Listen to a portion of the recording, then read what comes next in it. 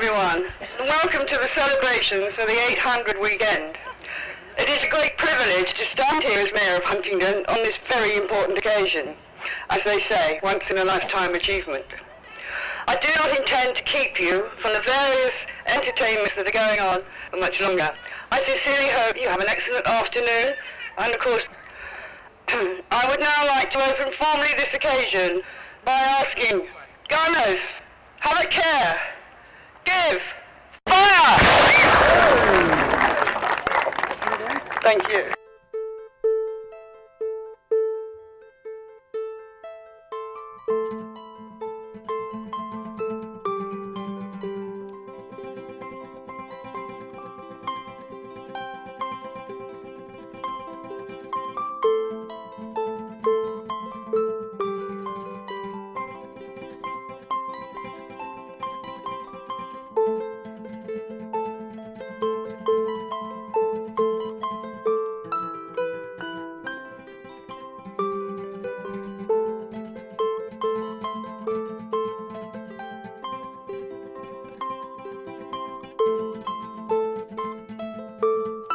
The year is 1460.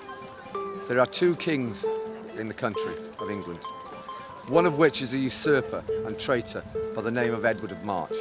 The other is the true king, Henry VI. I am his captain.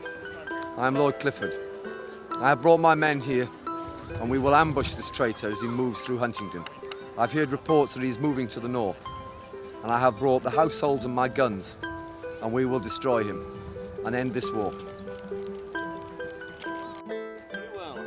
Amateur medieval reenactors. This is our hobby, our pastime. We spend a lot of weekends in the summer doing this.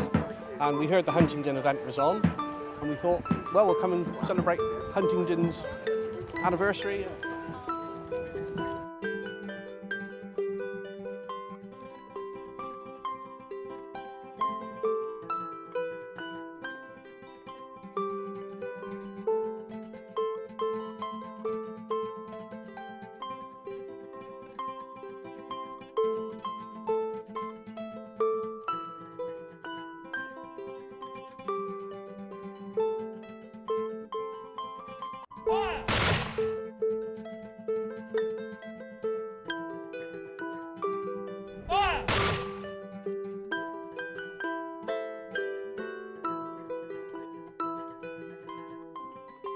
It's local, and it's you know, for the kids and things, so it's nice. She's down here eating her sandwich, watching the knights, seen a couple of fights, haven't we? Yeah, with the knights and men at arms. Yeah, and they've got the jousting later here, so that's cool. Yeah. And this is the basic shape of a German sallet. As you can see, the visor drops down, and underneath the sallet, we would use what we call a gorget and bevel. That was to protect the chin and the neck. Yeah. When the visor was down, we got complete coverage from the neck and lower the bottom half, the top half of the chest.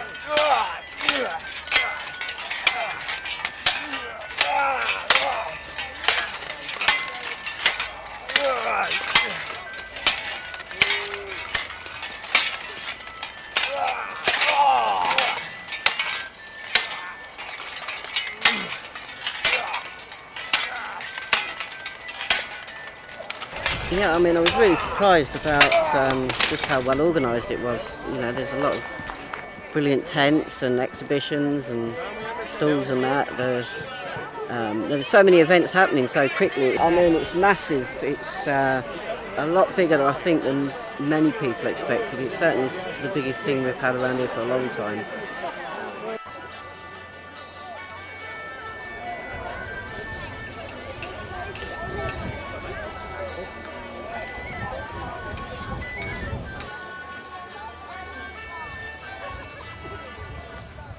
The idea of them is that obviously without electric lights you need something to keep alight in the evening. There were other methods. You have tallow lights or reed lights, which would have been the same thing except with a reed which you'd split apart and take the pith, which is the heart of it, dip that in rendered animal fat, which it works in the same way as the wax. It slows the rate of burning of the wick.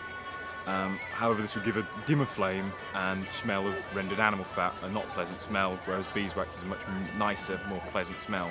It would have been a much poorer man's method of lighting, whereas beeswax would have been a more expensive method, something we'd do for a trader, a skilled craftsman, a merchant, or the nobility.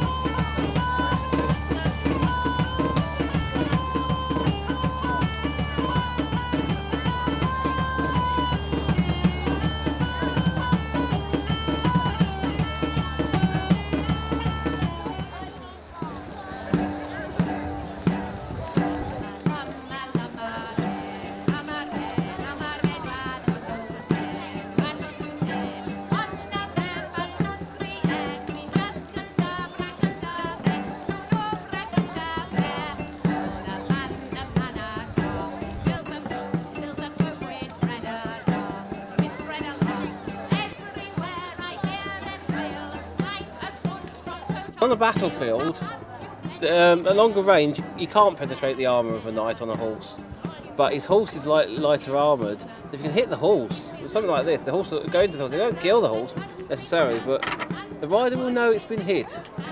Well, when most people used to wear mail as armour, these would go into the mail and they'd go through it quite easily because it go between the holes in the mail. But unfortunately, everybody's wearing plate nowadays, and yeah, they're not strong enough. You need something more like this. So when you first hit a man in plate, there's a lot of weight behind it, and hopefully it'll punch a hole.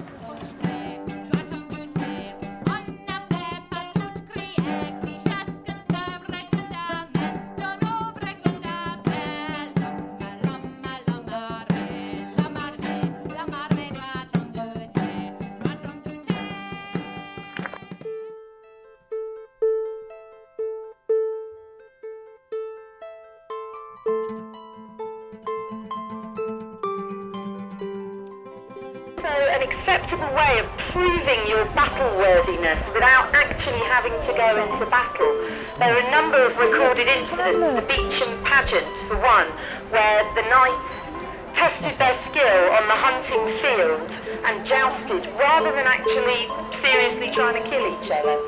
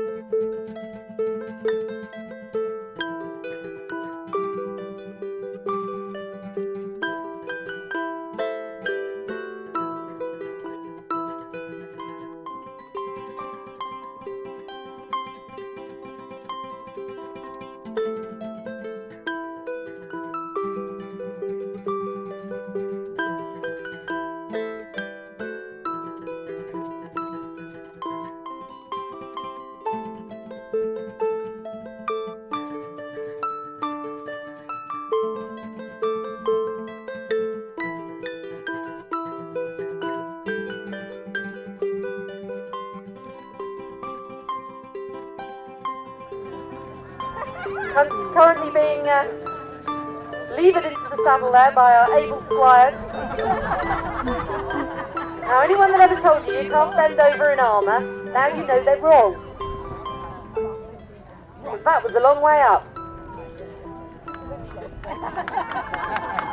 Right. Now, how many of you would have thought that ladies were not allowed to joust? This isn't even true. I'll tell you why in a minute. Oh, fantastic! Let's hear a cheer! Women that jousted in the 15th century. So Lady Isabella is perfectly fine to be up here doing this. And in fact, the Pope became so concerned that women were getting a bit uppity by jousting that he... Come on, my ladies! Oh, fantastic! Let's hear a really big cheer for that double break. Now, and as I was telling you before, the Pope had become so concerned with women getting very uppity and getting involved in hunting games and jousts that he decided he was going to issue an edict, a papal bull attempting to ban them. But women felt that they were so good at the sport and so much better than the boys that a number of them did continue still jousting. Encouraging horses and riders. Oh, a double break! Oh, fantastic! We have two good this year. Oh, we have a double break! And they're both good! But our winner today is Philippe Le Fou, Le Comte de Grenouille. You can't argue with his horsemanship, ladies and gentlemen.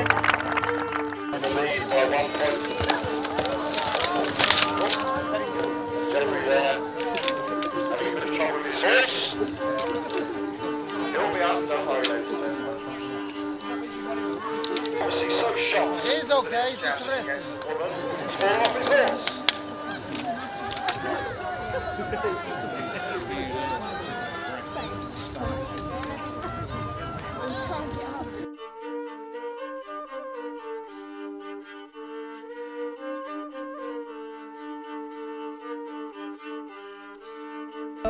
It started off well. I was very honoured to be entrusted with that horse, who is a stallion, the best one in the stables that we're using. I've never ridden him before. He'd been shut away for a day and sort of came out, and I thought he went very well until until the end. I think someone said the black bin bag flew about and out of the crowd, and it startled him, and horses are like that, particularly fiery stallions. I am Giorgio Francesco Azzopardi from Amalfi, Italia. That's my stage name when I'm jousting. Well, my real name is Sean George, and I was actually born here in Huntingdon. I always wanted to be a knight. I never thought you could be. So after watching them, I actually went up to one of the guys and said, how does one become a knight? And realised that it was a real living sport. He could see I was serious, and he gave me some pointers. And I found the school that where all these knights train. Destria is the name of the group, and I've been training and jousting the last 4 years. Destria has been going for, I think, must be around 10 years.